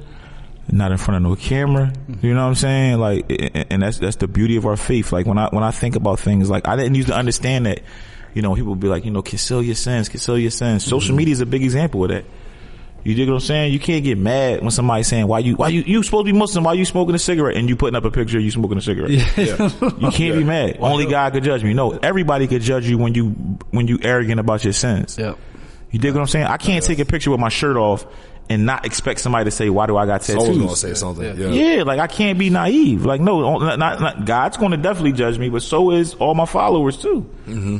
You know what I'm saying? So it's like, you just gotta be mindful of it. But the way I balance everything is, like, the first thing is prayer, and the second thing is, I got a great team around me, and You know, I pray on that too. And my people around me are super sturdy, super strong, super prayed up, super, you know what I'm saying? Like, we mirror images of each other. Yeah. I ain't in the masjid by myself. Yeah. You know what I'm saying? So it's like we in the ranks together. You know, we got text groups where we sending each other prayers. You know, I got brothers who hitting me. I got brothers like, shout out to Kumazi, who texts me every single morning for Fajr. Wow. You know what I'm saying? Literally every single morning. I know, you know what I mean? That it's coming, you know what I mean? He sends me a dua every single morning. Oh, that's... And then sometimes I'll forward his to other people, and then those people now, you know what I'm saying? So it's like, you getting blessings for all positivity breeds positivity. So it's like, when I was doing negative things and I was around negative people, it's like they say, you know, you be around 4 bums, you be the 5th one. Yeah. That's with everything. Like, if I'm hanging around a bunch of dudes that's talking about playing ball, like when we was in Kenya, they was talking about playing ball. So I'm thinking about getting ball shorts. I'm like, I'm gonna get me some sneakers, get some bronze, you know what I mean? So it's the same thing. I'm sitting around 4 homies in the trap talking about buying dope and all the money they're gonna make. That's what's gonna happen. You know what I'm saying? You're like, damn, man. Might give me a long, you know what I mean? One last run. You know what I'm saying? Yeah. Not me though. Not me. You know what I'm saying? Hypothetically. And it's good you got those good brothers around you. And Eric and I, on the way up here with your brother, we were talking about responsibility. It's very important, right? Man. And holding you accountable, man. And not only that, but like, how could you have somebody around you that doesn't treat women right? And why not? Not at all. Because for one, I'm a mama's boy. You know how much anybody that talks to me for more than 20 minutes know how much I love my mother. Yeah. And for 2, like, you know, when you start talking about the Muslim Dons and the Muslim Don family, we have requirements, we have rules. Mm-hmm. You know what I'm saying? We are not a gang, we are a family. You know what I mean? We just not, let me be clear about that. Muslim Dons is not no gang. We not no organized, none of that stuff. You know what I mean? We are a brotherhood, which is sacred, and we a sisterhood too, because it's sisters as well. And we love each other, and we encourage each other, and we truly trying to embody wanting for your brother what you want for yourself. You know, starting businesses and supporting each other's businesses, and you know what I mean, doing our thing, you know, all of us doing our thing in a different way. So it's like, for one, if you harm women, you's a sucker, and I'm sucker free. So you can't be around me and be a sucker. You know what I mean? Because, and the other thing is, you got to pay attention to how people treat their people. If you know, excuse my language, but if a nigga hitting on his woman, you know how important your woman is? First of all, let's say your wife, that's half your deen. Yeah. Mm-hmm. If a dude is willing to hit her or disrespect her, it's like a dude that disrespect their mom. I can't be around him. Because if you disrespect your mom, I know you're going to tell on me. I know you're going to stab me in my back. I pay attention to that. I done seen dude, you know, it's like somebody called, all that come into play. I pay attention to everything. Everybody that you see around me, I know their relationships with their folks. Mm-hmm. I've been around them. I pay attention to how they treat other people. I pay attention to all of that stuff. You can't be around me and not be around, you know, and be loving to your family, your woman, your kids. We trying to make that cool. We trying to make that popular. Right. Because they lied to us. You know, you had Snoop Dogg saying he don't love them hoes and he was married to his high school. He was married his whole career. Right. You see what I'm saying? So crazy. So you gotta understand. Yeah. Like, no, Snoop, we love him. Yeah. We adore him. We respect him, and we gonna protect him. Yep. That's what being a Don is all about. Mm-hmm. You can't, you know, sometimes people say, well, when you say the Don thing, it's kind of like the mob and all that stuff. No, it's not. It's just a level of just being the best at what you do. Right. You know, I'm a Don. What is a Don? First of all, if you want to really know, you got to support my documentary, 1 Foot In, 1 Foot Out, where I will finally, answer what is a Muslim. People always, I get that a lot. Like, what is a Muslim Don? It's like, you know what I mean? It's a lot of things, but one thing that you cannot be, I am anti-domestic violence on both parts too. Like, I don't think no woman should be hitting no man. So I don't want to leave the brothers out because, you know, crazy as it may sound, there's some brothers who dealing with domestic violence issues. You know what I'm saying? And I'm not perfect, but one thing that I'm proud of is I've never put my hands on a woman. You know what I'm saying? Yeah. I've made so many other mistakes in life. Yeah. But, you know, we got to do better. We got to treat our women better. We got to love them better. We got to protect them better. I know for a fact a lot of Muslim women feel unprotected. I get DMs all the time from women who are in tough situations and they scared to go to their imams. And this is a message to the imams watching this. Y'all have to soften your hearts and soften your mentality to the sisters because they don't feel like they could come talk to y'all. It's a shame that these sisters are DMing a rapper. You know what I'm saying? Like, I literally, you know, the other day I got a message from a sister and I felt bad because I'm like, well, what does she expect me to do? Right. You know what I'm saying? Like, it's like, I just didn't know what to do. But I'll educate myself on what to do. And then I seen another sister do an interview talking about like a domestic violence hotline and stuff like that. So I'm like, I can show my 100,000 followers, yo, if you're going through this, call this number. You know what I mean? Until I really know what to do, because I don't know what to do. It's not my experience. It's not my field. But we don't respect no suckers. You definitely not hitting no woman in front of nobody on my team. We don't tolerate that. And I put it on the line, like, my name is public information. Like, you know, that's something I'll never get in trouble for. Never got in trouble for. And I would like to believe nobody around me is involved in that. You know what I'm saying? And if I find out somebody is around me involved in that, they won't be around me no more. Yep. Cut it. You know what I'm saying? Cause it's zero tolerance for that. Yeah. You know what I mean? I'm sucker free, and that's what suckers do. We don't hit no women. Mm-hmm. We like to hit dudes that hit women. You know what I'm saying? They suckers, man. Mm-hmm. So earlier you talking about supporting each other's endeavors. There was one endeavor that Jabril, I want you to go into. What he got going? The first one. What song got going on? Oh yeah. We talked about it. So last time I linked up with you, I know you had some things going on with a network up in New York. Yeah. Right? Mm-hmm. And I just saw you posted about it. Alhamdulillah, like some things slid through. And when I first got the deal, did I call y'all and tell y'all? Nah, I was with you. It was the boxing match. Cause remember, we were in your living room. Yeah. And you showed me the paperwork and I was like, yo, that's crazy. Alhamdulillah. So, we talked since then about it. Yeah, I remember that. Yeah, that was crazy. Well, since you asked, the Muslim Don show, you know, hosted by me is something I'm super proud of. Obviously, COVID, you know, put some kinks in some of our plans, but the Muslim Don show will be debuting very soon worldwide. Inshallah. Roku, Apple TV, Verizon. Yeah. It's gonna be all over, man. Shout to Millennium USA, Millennium TV, and my show is dope, man. I'm like a straight, better looking, better talking, more honest Don Lemon. You know what I'm saying?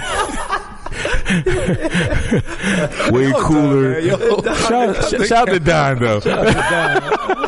No, but I'm serious. Like everything you don't see on CNN and Fox, you won't be able to see. What's the premise of it? Is it like news or is it? It's news. Okay, it's literally it's all news. Okay, got you. We have different networks at Millennium, but I'm literally, my first show I'm debuting is on the news channel. So literally it's like, you know how you go to CNN or Fox, you know, which I believe media, you know, like shout out to my boy Maj, he say media stands for most effective devil in America. Right. You know what I'm saying? So, and even the president, you know, saying, you know, fake news. That's the one thing we all agree with Donald Trump on, that the news is fake. So for me, I felt like I was trying to bring real news. So I'm talking about the same topics as them, but from my perspective, which I like to believe is our perspective. Yeah. When I say our, I don't just mean black people either. I mean, you know, people in the struggle, you know what I mean? Which is everybody, you know what I mean? Like, you know, I met a brother downstairs who's from Syria. They feel our pain. You know, my people in Palestine, they feel our pain. You know what I'm saying? So my people in Yemen, my people in Kenya, all over, they feel our pain. So, you know, I'm trying to speak those stories, you know, real stories on real people from a real person, inshallah. And I love it, man. I have so much fun doing the show. I showcase different black owned businesses every episode, which they wasn't thrilled about that at first because, you know, that's advertisement. But for me, it's like, I'm just big on, like I said, one for my brother, what I want for myself. Yeah. I'm pursuing these good deeds, bro. I'm trying to right my wrongs. And I reiterate that because I know when I used to watch people like the way y'all talking to me and other people talk to me, I used to watch that with so much skepticism. So I want to remove the skepticism. Like people, I'm a striving, praying Muslim who's doing better and trying to do better. I know about my past way more than all of y'all. Trust me, because you think my tattoos is bad. I did way worse things than get tattoos. You know what I'm saying? So it's like, and I'm trying to right those wrongs. So you reminded me of my wrongs. That don't help me with that. You know what I mean? Pray for me as quick as you judge me. You know what I mean? Pray for me. Make dua for me as quick as you comment and say something negative to me. So, inshallah. So right now you got MDF, and I know in MDF you have people that do music as well. The Muslim Don family. In MDF we have people that do music. We have people that cook. We have authors. We have lawyers. Let's get it. We have you know, an armed security company. We have clothing design. We have brand. We have everything. Don't limit us. Muslim Don family. We have podcast hosts and creators. Y'all MDF. You know what I'm saying? We in there. So, but I want to stick on the music because I feel like in the young Muslim culture, music is one of those things where it's like it gets passed over and we allow it to be subpar, right? So like in hip hop culture, if you whack, we're gonna call you whack. But in the young Muslim culture, I call them whack. Look, only me. We know I'm the only one that keep it real. Look, we know we will hear, and we've done it before. But I want to know, how are you trying to elevate the people who aren't white, the people who are making good music, like our boys, Young Muslims Grinding, YMG, MDF, big business, big business. So how you trying to take these young acts? Because we've seen you do it with a few different people and help give them the limelight and help them, maybe not make mistakes you've made in the music industry, because you got a long career. So how are you trying to guide, people in the music industry to stay within the Muslim fold, but not get lame, not get whacked? It's a constant struggle, you know what I mean? Because even like when you mentioned YMG, they was in the studio with me a couple of days ago in New York, and in the studio could be a lot of things going on, and I'm very protective over them, you know what I'm saying? So it's like, I don't want them coming over, being around me and, my guys from the streets and stuff like that and being influenced in the wrong way. So that's a responsibility of mine. Same thing with like, like Ibn, like I got other dudes that's younger that I don't want them, because, like I said, the name of my project is 1 foot in, 1 foot out. So that foot that's out, I have a lot of friends who got both feet still out, you know what I mean? So when they around me, I'm able, my E-man may be strong enough to know they can do certain things that I don't got to partake in, but I can't just have it around my young boys, and then my young boys seeing certain things and it's attractive to them. Yeah. So it's a constant struggle. But as far as the music goes, I don't care if your music is halal. If it's whack, it's whack. So it's like, you know what I'm saying? It's like, we got to be real and honest with ourselves. You know what I'm saying? So it's like, and there's some super talented dudes that do like, because first of all, there's no such thing as halal music. It's just clean music. So there's no such thing. Yeah, so it's like, let me fix that, because so people try to say like, I remember people, and there's no knock on nobody, but cause one of them is now like one of my closest little brothers. But when I was starting to get popular, like in the Muslim world, I was already doing my thing in like the dunya or the street world. Yeah. But when people were like, a lot of the Muslims was coming towards me, people would say, man, you should do stuff like like Dean Squad. Yeah. And I used to be like, that shit is whack to me though. Like, you know what I'm saying? Like, it was whack to me. Yeah. Now, fast forward now, I think J. Dean is one of the most incredible artists and human beings alive. Like, I think, like, I get on, that's my little brother. Like, he part of the team Muslim of the World. Yeah. And like, we have a real big brother, little brother relationship. Like, people at first thought I hated him. You know what I'm saying? I thought I hated him at first. You know what I mean? But he's such a genuine soul. He's a beautiful Muslim brother. May Allah reward him and guide him, but and he's super talented. You know what I mean? He don't even know how great he is. He's still trying to find certain things. But I say that to say, like, no matter what you rapping about, whether it's positive or negative or whatever like that, we know good from bad.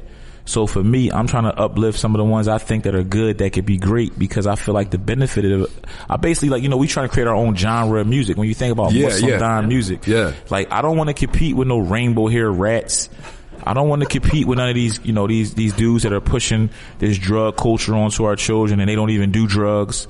I don't want to push these drug dealer rappers who never sold drugs. So it's like, let's just do our reality rap. Let's rap about our life. You know what I mean? Let's be honest about it. Like, when you hear me on certain songs, you know what I mean? Like, that same morning I prayed Fajr, I might have had a bad night that night. You know what I'm saying? So we rap about it all. You know what I'm saying? Like I said, I'm in a trap with my thobe on. Nobody never heard nobody say nothing like that. Yeah. It's like, why has he got his thobe on in a trap? Because I probably was doing something positive, got caught up, and now they got me out here. You know what I'm saying? I didn't get to change my clothes. You know what I mean? I just prayed Friday prayer and I got a call and I had to shoot to the trap and I'm still in my thobe. Well, look, you got your own music. You don't just help people. You got your own music coming out. Facts. It's been a minute. My own music, the best music. I make the best music. I'm the best Muslim artist. No. I am the best. We've been humble for the first. We've been humble for the first little bit. I am the best Muslim artist. I'm him, not excluding nobody. I'm gonna make the best music. I'm gonna make the best movies, the best documentaries. I'm gonna put on the best artists. I'm gonna put on more people than any other Muslim artist ever did. Go look at other Muslim artists' page and count how many people other than they self that they post up. Excluding nobody. Can't none of them beat me? Can't none of them... It's like, nah, I'm playing now. All right, back to being humble. I was about to go down the list. I was about to get back in World Star Tony mode, man. But one thing I will say, like, a lot of people, they don't front on me, but they front on some of my little homies and stuff like that. And if you one of them people that fronted on them, you gonna pay for it because we about to take over. And right now, we want to work with everybody. We want to build with everybody. If you Muslim, you family. But if you act like you know what I'm saying? Like, I don't care about no followers and all that. I don't be like, that's girl stuff. Like, you see the artists I work with. I work with artists from all different walks of life. You know what I'm saying? Like, I still, you know what I'm saying, will rock out. You know what I'm saying? Like, I work with CeeLo Green, 5-time Grammy winner, multi-millionaire. I work with CeeLo Green, and I still will do a verse with somebody with 1,000 followers. Yeah. You know what I'm saying? I ain't tripping. Respect. You know what I'm saying? I still will put somebody on. Like when I grew an affinity for young Muslims grinding, I never knew how many followers they had or how many streams. The first time I seen them, it was a video of them rapping, and one of them had like a thobe on. And I thought it was so dope that these little brothers was rapping about like Friday prayer. And I was like, yo, I gotta find a way to help them. Yeah. I didn't even hear their music. Like I saw them like, it was freestyling like, and he said something about Friday prayer. And I was like, they young. I remember because when we first met, you were like, yo, have you heard these dudes? I was like, yeah, we follow them. These are boys. You're like, yo, what's the Instagram? I remember that because I was like, how does he not know who these dudes are? And you know the Friday freestyle. That's crazy. That's crazy. And they my little brothers now. So for me, it's like, I'm in a position. If I'm in a position to help, why wouldn't I help? I just feel like that's a sucker. You know what I'm saying? So it's like when I go to Quad Studio, I rent the whole top floor and I bring YMG and I get them to, see what it's like to record in New York in the middle of Times Square. You never know who you gonna see and know. I just had them in the studio in New York 2 days ago, and I'm telling Lil Ock, I'm like, yo, Lil Ock, yo, you a star, kid. Nice. He nice. They all nice. Dula, you know what I'm saying? Remo, they all little stars, and they all great little brothers too. Yep. And they watch out for each other too. That's respect. They watch out for each other. You can't like. I don't care how good you rap. If you a sucker, you a sucker. Yeah. You dig what I'm saying? Yeah. So it's like they striving little young brothers. I watch them come to my studio sessions. The first thing they come, big bro, where can we pray at? Yeah. I love that about them little brothers. You know what I'm saying? So for me, it's like, I'm on pace to be a self-made millionaire, but what Jay-Z said, what's better than 1 billionaire? He said 2. Right. So for me, it's like, one of my goals is to help YMG become, financially sufficient where they could do the music they want to do without having to transform and rap about no gangster stuff. And they from Baltimore, Maryland. They from a rough city. Yeah. They would probably have way more fans and stuff if they talked about, trapping and auto-tuning and all that. Yeah, they would. No, them young boys just talk about praying and the struggle and the trenches. And I'm going to do everything in my power to make sure them young boys, see the world and tour and travel and sell records and live their dreams. So they are no homo. They a huge part of MDF, the Muslim Don family. Yeah. And I'm going to make sure that they are super successful by any means, by permission of Allah. We're looking forward to see them grow, man. I know you got pause. Continue. So we know you got a documentary coming out, One Foot In, One Foot Out. Yes, sir. It's also a project, right? Yes, sir. When can we expect certain projects to drop? And I know you got one in the tuck. Oh yeah, I got a couple in the tuck. I got more than one album in the tuck, but I'm gonna start the new year off with One Foot In, One Foot Out.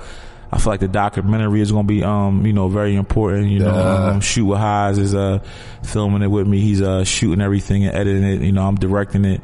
And I'm gonna use it to answer a lot of questions, like when people say, what is a Muslim Don, and who is Tone Trump? Check out the documentary. Why is your name is Trump, and why you got tattoos, and he's a drug dealer, and he's a gang leader, and he's all those things. We're gonna talk about it all on this documentary. You know what I mean? Like, and my life, and I'm gonna give them an up close personal look they never saw, and bring them into my world, and and not for no other reason. It's not for the naysayers though.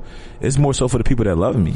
It's the people that's inspired by me. All these young brothers that hit me up, brothers down south with gold teeth and dreads, hitting me up saying, man, you got me wanting to go to the masjid, bruh. You know what I mean? The brothers in the A who hit me up like, when I go out there and the ox out there, man, man, I've been waiting to pray with you, bruh. Yeah. That mean the world to me, man. That mean more to me. One brother saying that to me in the hood in Atlanta mean more to me than a bunch of nerds on Instagram talking about, why you got tattoos? He said, I don't make music for y'all. I don't even relate to y'all. Like, you supposed to not like Tone Trump. Yeah. You a cornball. You a nerd. You know what I'm saying? Yeah. I'm the coolest thing moving. So it's like, you're not supposed, like, we know in school you didn't sit at my table. You know what I'm saying? We know in school you didn't sit near me on the school bus. You sat right behind the driver. I was in the last seat on the bus. It be people in the back, frying the car behind them. That's like you seeing somebody at the mall, right? And they like, yeah, we went to school together. And you looking at their face like, who are you? Who are you? Right. They was in front of the school bus. You see what I'm saying? So it's like, I don't put too much into those opinions. You know what I'm saying? So like people, trying to be holier than thou. I am who I am, man. My name is my name. My game is my game, man. I'm a proud, unapologetic, black, striving, praying Muslim. I said I was great. I never said I was perfect. I said I was pretty. I never said I was pious. I said I was extremely, extremely handsome. I never said I was just so humble. And I've been telling, my movie script ain't changed the whole time. Whether I'm feeding the homeless or when I was selling dope, I always thought I was the greatest thing moving, besides from my Lord. And all my blessings, I equate to my Lord. I be feeling like, I'm like, man, God, God favored me in this area. So when I talk about, like when I used to watch Muhammad Ali, I'm pretty, I'm a bad man. I was so proud of that, man. So when I be saying that, I'm trying to make a little young boy right now that's 12 years old who thought wearing a kufi was corny, who thought wearing a thobe wasn't fly. I want him to know that, no, it is fly. If you see me in a unique thobe, or you see me in a king's cloth thobe, I'm outshining dudes that got on Gucci head to toe. And I'm following the sunnah. I'm thobed up. Yeah. You know what I'm saying? That culture, that Muslim Don culture, that Muslim Don lifestyle. You don't have to be a gangster or an ex-gangster to be a Muslim Don. I just told you, we got lawyers in our crew. We got doctors in our crew. We got financial experts in our crew. You know what I'm saying? We got business owners. The building we in right now was owned by a Muslim Don. The restaurant we just ate at, Muslim Don. Muhammad, Momo, that's my brother. Yeah, Halal Mexican food. Shout out to Halal Mexican. We in the building. So is that like your vision for the young Muslim culture, turn them from young Muslims into all Muslim Dons and try you gotta be born in, not sworn in. These people are all born in. I didn't pick these people. I'm not that great. You know what I mean? So these people that relate to me and different things like that, everybody that relate to me wasn't no gangster or no drug dealer. Yeah, that's true. It could just be feeling like you wasn't a part of something. Because I went through that, you know what I mean? I wasn't holy enough to sit down with the sheikhs and all the brothers who, want to wear sandals and thobes all day and don't care about cologne and don't care about getting fly. And then I wasn't as street no more to be around my homies that want to trap all day. And you dig what I'm saying? Yeah. So I was like, so when I meet somebody like my brother Yusuf that's here, when he reach out to me, before he even tell me his story, I know his story. I know why he relates to me. That's why he goes from sending me a DM to being with me every day. You know what I'm saying? Yeah. So it's like, so I know who I relate to. I know who I speak for. I know when I purposely say stuff, when I wrote the song Subba and I say, now I'm in the mansion making fudger. You know what I mean? Like, 'cause people equate praying with like poverty and religion with like poverty. So when my music, Jamil said best. You know what I'm saying? Tie your account and get that money. Well, it was something like that, right? You know what I'm talking about. You talking about Dr. Jackson? Yeah, Dr. Jackson. Yeah. What did he say? Sherman Jackson, man. He said to me one time, man. He said, love your Lord, but get your paper. Yeah, there we go. Yeah. While we were sitting in his beautiful home, his ceiling was higher than this one here. Mashallah. So shout out to him, my big brother. You know what I'm saying? So it's like, love your Lord, but get your paper. And I love my Lord. I love my paper. I love nice things. I love beautiful things. You know what I'm saying? Yeah. And I love to see my people get nice things and beautiful things. My brothers' wins are my wins, man. My sisters' wins are my wins. I embody that, and I feel like that's one of the reasons I'm blessed.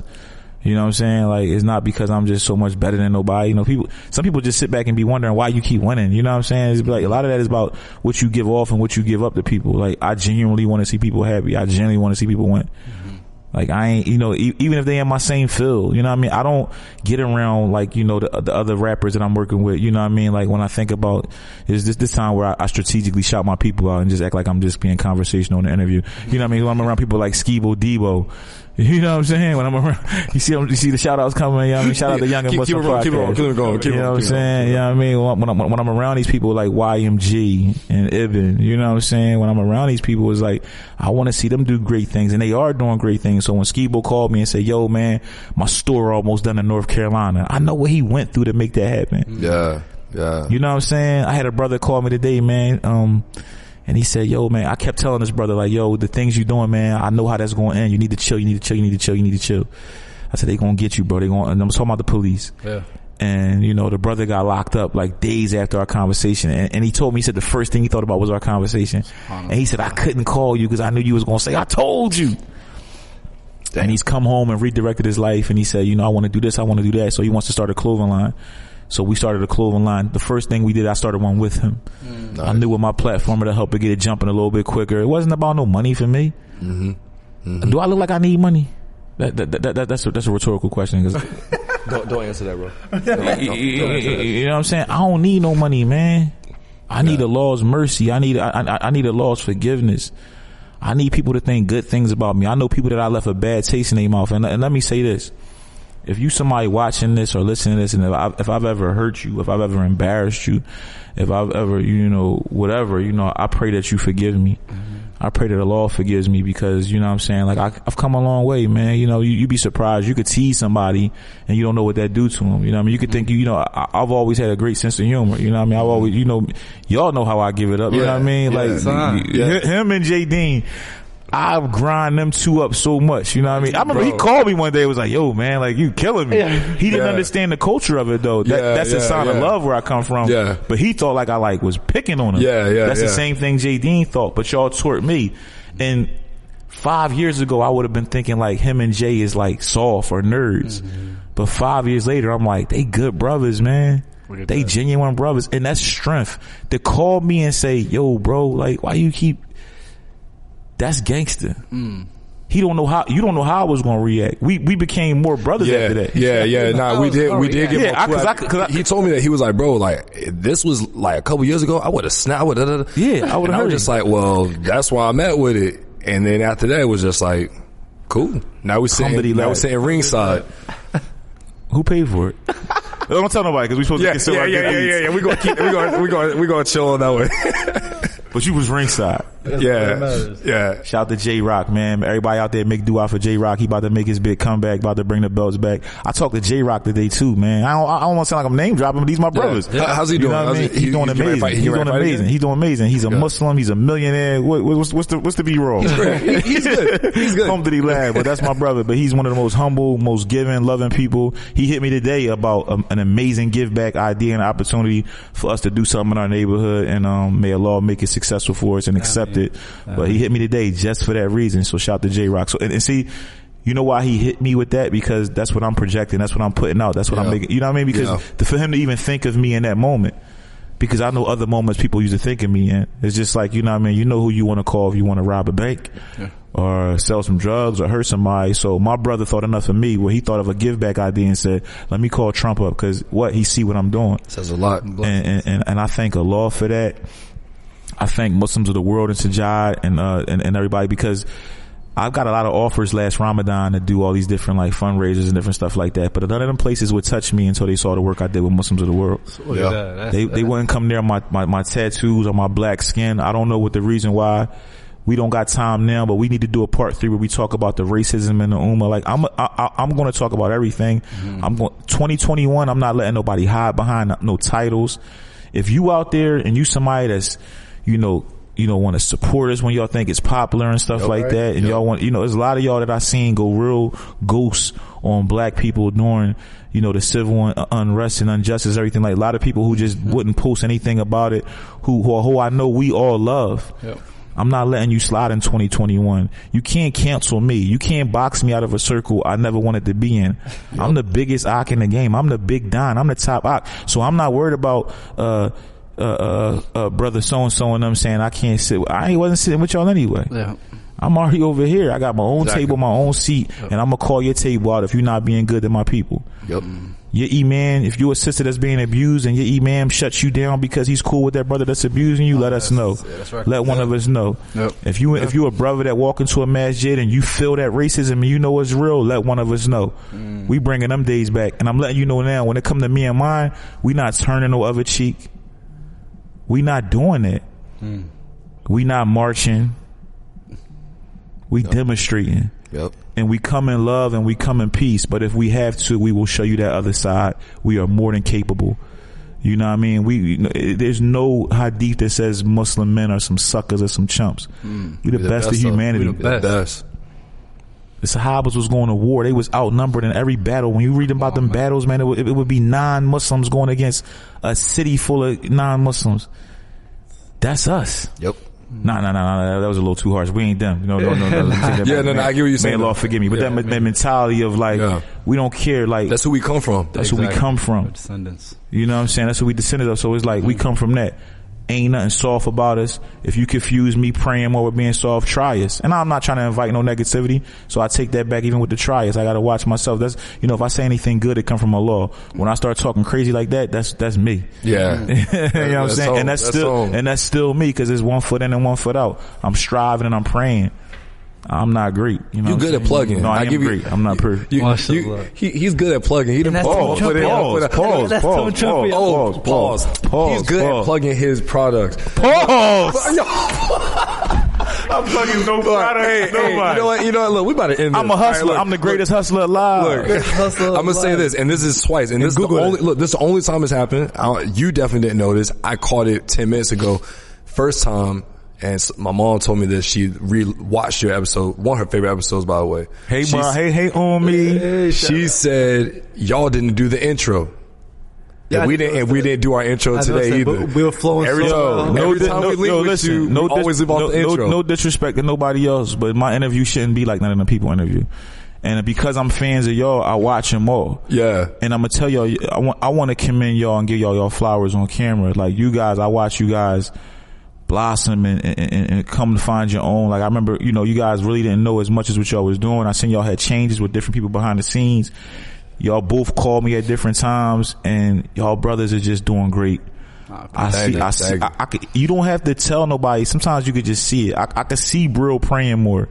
You know, I see that light in your face. I see that nur in your face. I see Mo studying. I see you making that big move of your life, and see you already growing up and bossing up. Congratulations. I felt bad. I couldn't. I gotta call you and send you an invitation. Well, you know what happened? I was in the middle of a project that I had an NDA on, so I couldn't talk about it. If you remember when I went to LA and I put up the pictures in front of the Nipsey mural, I was out there filming for TV.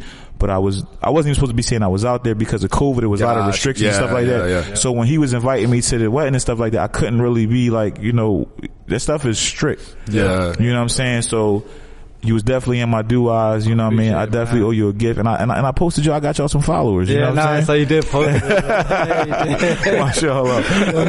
got you. I got like 200 followers, man. Yeah, so appreciate it. Shout to y'all queen, man, and shout to everything y'all doing. And you know what I mean? Like, I'm truly proud of y'all. And you know, we just got to keep supporting the Ummah. We're not going to complain about what others not doing. We just going to do what they should be doing. Yep. That's how you make them look crazy. That's how you make them look crazy. But we is calling it out in 2021.